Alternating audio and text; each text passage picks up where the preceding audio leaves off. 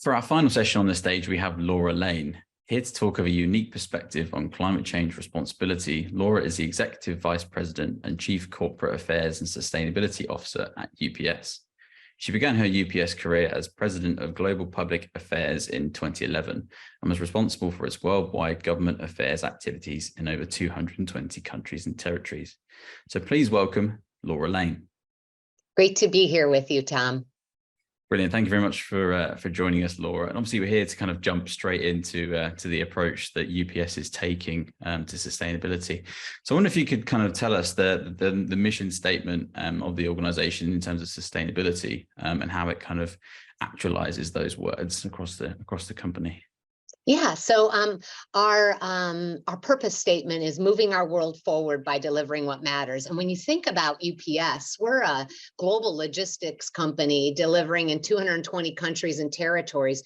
But in reality, our over 500,000 employees are about so much more. They're about making a difference in the world, whether it's delivering packages or showing up in communities and lending their time, their talent, and their volunteer hours to shape the communities in which they themselves live and work.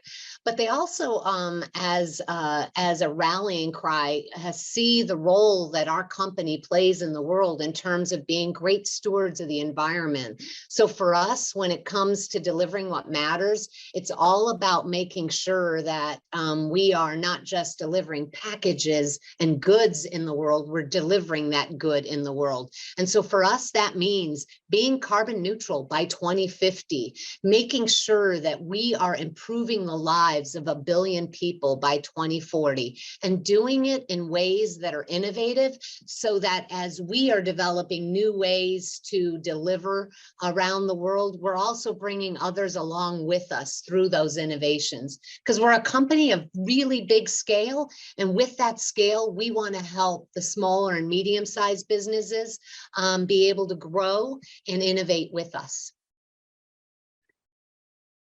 Sure. And obviously, that strategy, what we're seeing today is that there are so many different stakeholders that are impacted by a corporate sustainability strategy. I wanted to kind of touch upon one of the words in our title here, which is holistic approach. And what that kind of says to me is, how that incorporates customers, employees, and other people within the community. Could you tell me a bit more about what that means, please? Yeah, so our company's strategy actually is to be customer first, people led, and innovation driven. And in order to be able to actualize that in practice, it means we have to be partnering with our customers on ways that we can deliver efficiently, cost effectively, and sustainably with them. And so a lot of our efforts to advance our sustainability agenda are done in partnership with our customers who are trying to figure out how to deliver in greener ways the products that they're trying to get to their customers around the world. To be people-led, though, we also recognize that we have an amazing group of employees who, if we harness their passion and their commitment to delivering in more sustainable ways, we think we can have a bigger impact in the communities in which we serve. So we regularly partner with our employees to come up with new ideas for how to deliver in our operations through new processes or through new methods, or tapping into the brilliance of some of our engineers and our IT professionals to think about new ways that we can innovate how deliveries are happening around the world.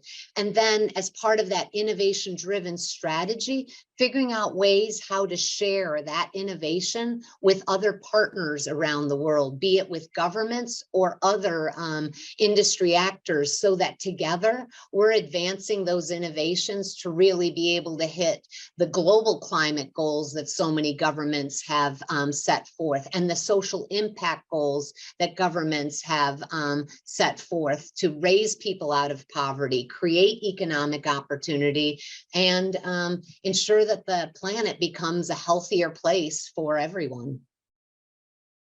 Sure. And obviously you kind of mentioned there, the passion within the organization for sustainability, action on climate change, et cetera, et cetera. So how are you can you give me any examples of how that kind of change in culture has impacted, like we said, all of the communities and people that are kind of affiliated with you at UPS?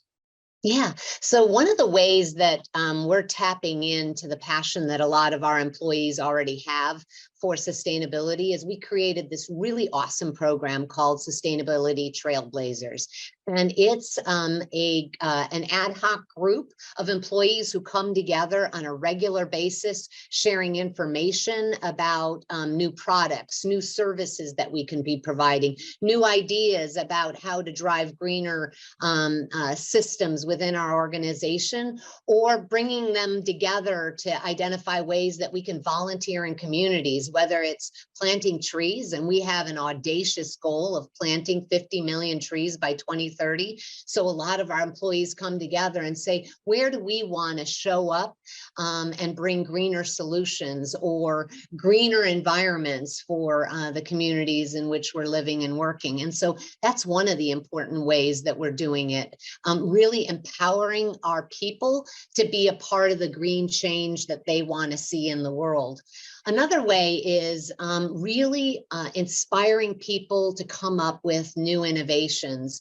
Something that's super cool about UPS is that we are known in the industry for taking the most efficient routes. We're known for always taking right turns because we know that sitting in city intersections, you emit a lot of CO2 if you're idling there. It's not a good use of the fuel in the vehicles.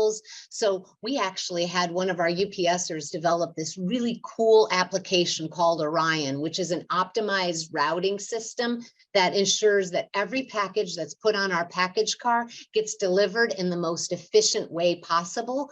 And we are encouraging our employees to come up with as many new ways to use technology to make us better and more cost effective for our customers. And when you unleash the talent and passions of your people, and you have 500,000 of them like we do at UPS, we become unstoppable in terms of the innovative ideas that we can unleash in the world.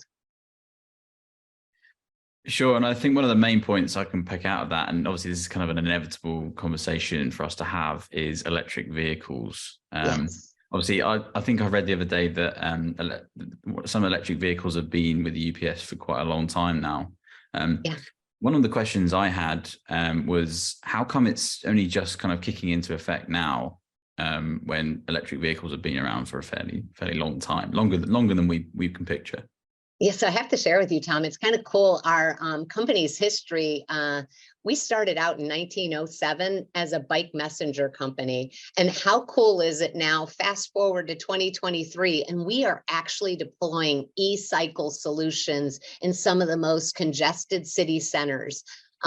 We're also obviously one of the innovators in the e-vehicle space. A lot of people don't realize we actually had electric package cars in our operations dating back to the 1930s. And so it's been a part of our DNA to always be experimenting and trying different kinds of vehicle technologies to deploy in our network. And I'm really proud of the fact that we have over 13,000 alternative fuel vehicles that we use throughout our operations around the world. But on the electric vehicle side, it's interesting because now there finally is that momentum behind the right regulatory and policy frameworks to really encourage the manufacture of more electric vehicles. And UPS is part of driving those demand signals. We are partnering with a lot of different companies that are developing innovations in the package car space, all the way to the bigger tractor trailer configurations, and supporting them in creating the technologies needed so that those vehicles have enough power and have enough durability to be able to function incredibly well in our network. I think one of the reasons why it started to take off is because there's consensus among governments that this is an important technology that needs to be encouraged. So we've seen a lot of governments, like here in the US with the Inflation Reduction Act, or overseas the EU with its new green regulations, solutions, encouraging more manufacturers to move into this space through a series of grants and tax credits. That kind of government support, I think, is accelerating the momentum behind the manufacturing of these kinds of vehicles. And I would also say it's because I think the public and the consumers that we serve are saying, let's find other ways to deliver that emit lower carbon, and electric solutions are obviously a powerful solution in a net zero world. And we're trying to make sure that we're partnering with those governments and those manufacturers to accelerate the development of those technologies. But it isn't just about the vehicles, it's also about the charging technology. And we're working here with a lot of power companies to ensure that there's smart utilization of the power grids, making sure that we as a company are drawing at times that, on the power grid that don't compete with communities. So it's putting technology overlays in terms of how we're using the power grids in any city in which we're plugging in. And so it's a whole host of partnerships. And I think because we have public-private partnerships that are, developing now with a shared goal of trying to hit net zero outcomes, I think that's why we're seeing the takeoff of these really cool new green solutions, across the countries that we're serving in now. One of the things there that I kind of want to point out is the kind of many facets to any kind of supply chain, whether it be clean energy, whether it be logistics, et cetera, et cetera. How do you measure that impact? Because there are so many different areas and, kind of pieces of data that go into that. How do you kind of measure that impact holistically? I'm really, really proud of where UPS is right now. We have the capability to measure all of our scope 1, scope 2, and scope 3 emissions. And I don't think there's a lot of companies in the world that can say that they can do that. And it's because we have been measuring our emissions for over 20 years. We're one of the companies that started producing our emissions report back in the early 2000s. And we have been capturing that data. Initially, we were doing it more on manual means, cross-referencing power bills, keeping track of fuel usage, keeping, track of power that's used at our different facilities.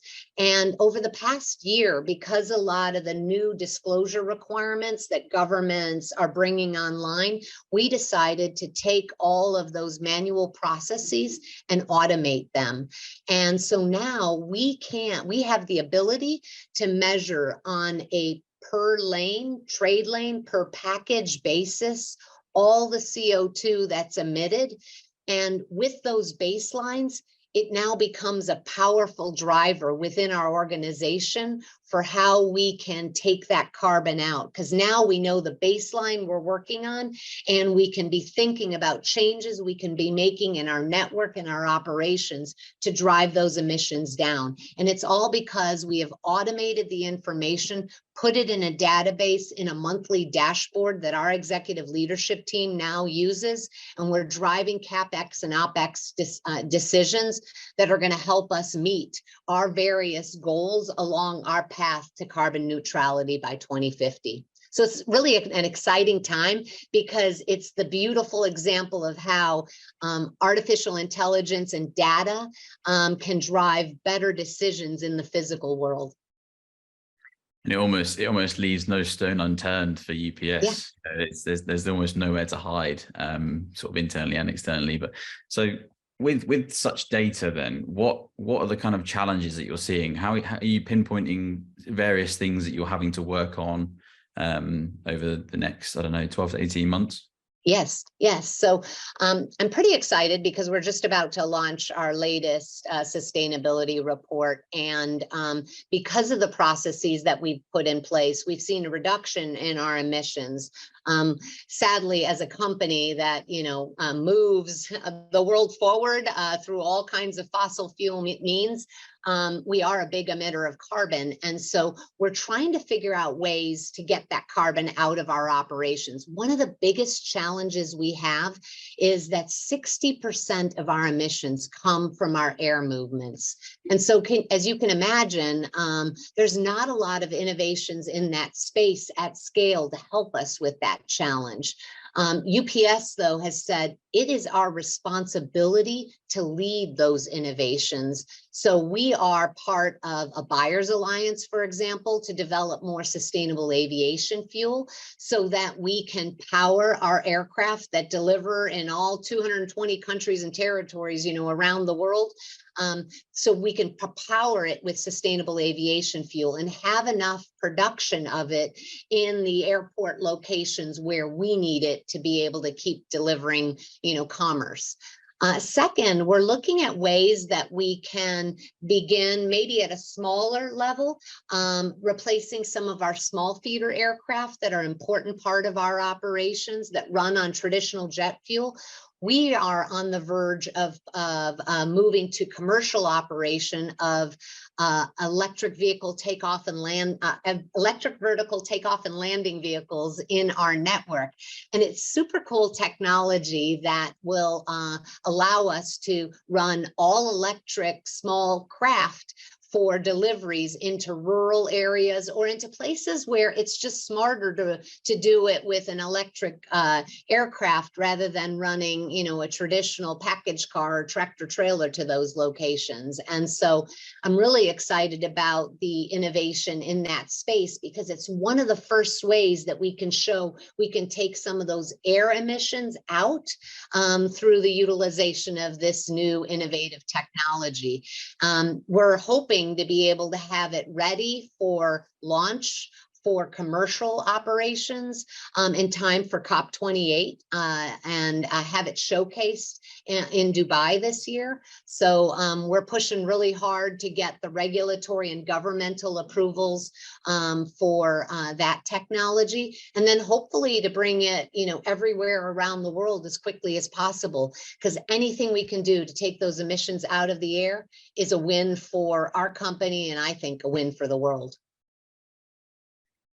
Definitely, and like you say, the eVTOL conversation is one that excites me, especially spending a lot of my time writing about electric vehicles as well. But I'm always interested by that conversation around sustainable aviation fuel. Do you think it would be kind of a long-term solution? Because obviously, I think the sustainable aviation fuel reduces emissions by 80%. Are we on track? I mean, obviously you're not an expert in this, but are we on track to 100%, or for example, would this be a solution that could be carried over to other forms of transport? Here, I think, again, public-private partnerships are going to be really key. A lot of companies like UPS and others in the aviation space, we have a lot of investments in the traditional wide-bodied aircraft that you see flying in the skies today. And so sustainable aviation fuel that can still be used in those aircraft makes good commercial sense and allows for the investments that were made into those assets to still run their normal course of life. But I do know that aviation manufacturers are looking at ways to have new aircraft come online down the road that could run on ever increasing amounts of sustainable aviation fuel. And UPS, I expect, will be one of those companies that's going to be working with a partner like we have in Boeing to develop those ideas, because we need to get to wide body aircraft that are zero emitting. And that's going to be an important pivot point for us when those become commercially available. On the sustainable aviation fuel side, though, right now, the market dynamics are such that there aren't enough incentives for the production of those kinds of fuels at the scale that we need. And that's where, again, government support has been so critical in terms of accelerating that production so that we can buy as much as we need to, ensure that whenever we are flying our aircraft, we are reducing the amount of emissions that they leave in the airspace. Definitely. And obviously, there kind of come inherent challenges there as well for other organizations in terms of, cost, accessibility to these kind of solutions. What advice would you give to other companies who are facing similar challenges to what UPS is in regards to sustainability? Well, we think this is an issue. Climate change is an issue where it's one where we have to all work together to try to find solutions. And so we are regularly trying to partner with small and medium-sized businesses to help them green their supply chains. As one example, we launched the Green Exporters Program, which is intended to use our scale to help small and medium-sized businesses that have new innovative products or green solutions and bring them to scale in partnership with them and help deliver them around the world. Because if you have these pockets of innovation that others can't benefit from, we're not helping the world achieve its greener targets. So we are trying to make sure that we're working with those smaller and medium-sized companies to share some of our lessons learned in innovating and greening our supply chains, and sharing those lessons with those customers. And we think when we share those best practices, everybody benefits from those greener outcomes. Sure, and just along those lines, then, because obviously, we're only a quarter of the way, a third of the way into 2023 now, I guess.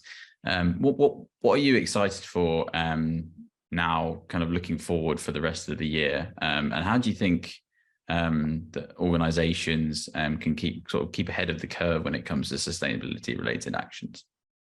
Well, I was going to say, I look at the future, and I am a glass half full kind of person. I'm an eternal optimist. And so while there are a lot of macroeconomic challenges, inflationary headwinds, and still some geopolitical tensions that I think are coloring, how countries and businesses are interacting with each other, I am excited about the fact that our customers are continuing to find new ways to innovate, new products that meet the needs of a growing global population. And I love that UPS is always a part of that.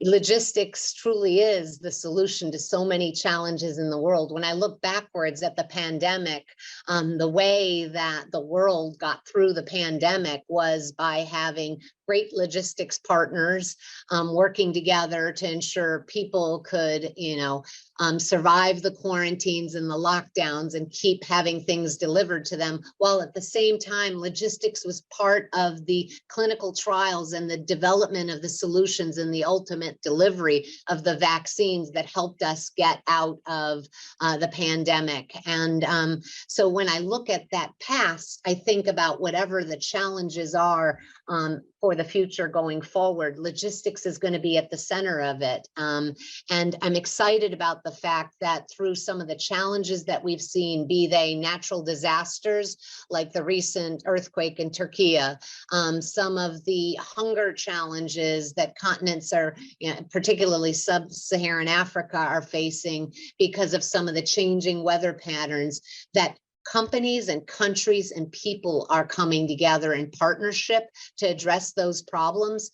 And UPS is right at the center of that, providing the logistics solutions so that we can address those hunger challenges, we can address those natural disasters, and in essence, deliver hope to communities around the world. So no matter the challenge, I am excited about the fact that there is no challenge too great, at least not for UPS or UPSers.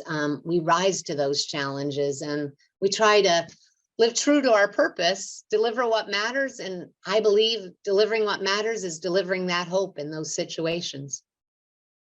Sure. And obviously you mentioned, again, the various different facets. And one of the kind of the final questions I wanted to ask you here was, how do you make decisions on where to act first? Is it Is it social? Is it environmental? Is it kind of a mashup of everything? You know, you're kind of working towards all these different goals at the same time. How do you decide on what is the most critical part of each goal? You know, we have very ambitious goals that we've set, carbon neutral by to be carbon neutral by 2050, and to positively impact the lives of 1 billion people on planet Earth by 2040. And we have roadmaps that get us along the way to achieving those goals. Because at UPS, integrity matters. We don't just say it, we act on it, and we're going to deliver it. If it's a promise, we've got a plan of action behind it. And so we tap into the input that we get from our people. Where our people are passionate, we want to make sure we are showing up as a company in those communities or in support of those causes. We obviously, as a company, are listening very carefully to our shareholders, understanding what they would like to see our organization deliver, not just in terms of profitability, but in terms of how we're navigating risks around the world. And I would include environmental risks, in that mix.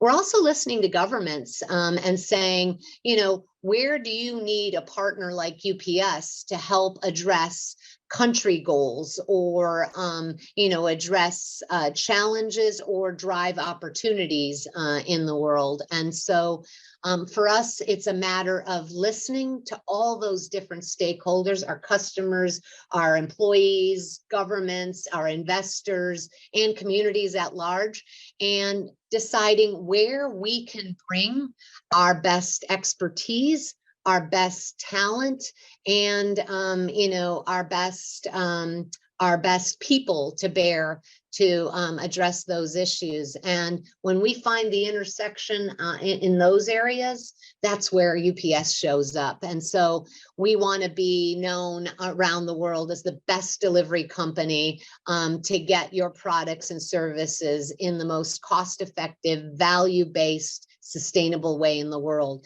And we want to be known as a company where its people can be counted on to not only deliver great service, but deliver good in the world, because you'll know UPSers service is in our DNA, both community service, but also customer service. And when we can deliver on those things, that's where we focus our passion and our energy. We can definitely tell that passion from speaking to the eternal optimist, as you say. So no, Laura Lane, this has been brilliant. Thank you very much. Please give a virtual hand to Laura. Yeah, thank you, Tom. Really appreciate it. Brilliant. That's all we've got time for today. Okay. Thank you very much for joining us at Sustainability Live New York here on the Net Zero and ESG stage. I've been your host, Tom Swallow, and I hope you've gained some great insight into the current industry trends, as well as some valuable advice to support your sustainability journey. Be sure to follow Sustainability Magazine on socials and stay up to date with all the latest features in our global B2B publication. Continue watching this now, as we still have Neil Perry on stage one, he's got more sustainability conversations happening over there. Thank you very much and enjoy the rest of your day.